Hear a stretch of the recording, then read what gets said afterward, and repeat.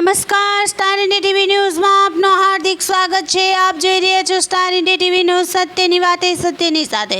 સાબરકાંઠા જિલ્લામાં આજરોજ હિંમતનગર ધારાસભ્ય વીડી ઝાલાના હસ્તે હિંમતનગરના માલીવાડા ગામમાં આંતરિક સીસી રોડનું ઉદ્ઘાટન કરવામાં આવ્યું હતું। પ્રધાનમંત્રી ગ્રામ સડક યોજના અંતર્ગત ₹88 લાખના ખર્ચે 1 કિલોમીટર સીસી રોડ નવીન બનાવી તૈયાર કરવામાં આવ્યો હતો, જેનું ઉદ્ઘાટન કરીને ગ્રામજનો માટે ખુલ્લો મૂકવામાં આવ્યો હતો।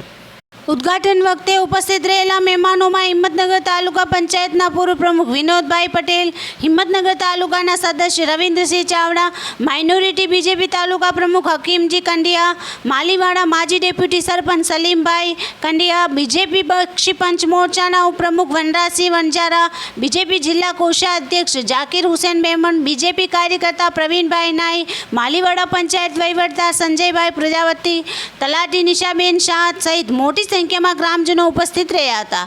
ગ્રામજનો અંદર ખુશીનો માહોલ દેખાઈ રહ્યો હતો। ધારાસભ્ય વીડી ઝાલા ધાણતા રેલવે ફાટક બનાવવામાં આવતા કામના લીધે પબ્લિકને પડતી હાલાકીની સમસ્યાના કારણે ધારાસભ્ય દ્વારા ઇન્સ્પેક્શન કરવામાં આવ્યું હતું। સ્ટાર ઇન્ડિયા ટીવી ન્યૂઝ સબગઢ રિપોર્ટર શાહબુદ્દીન શિરોયા, જિલ્લા સાબરકાંઠા।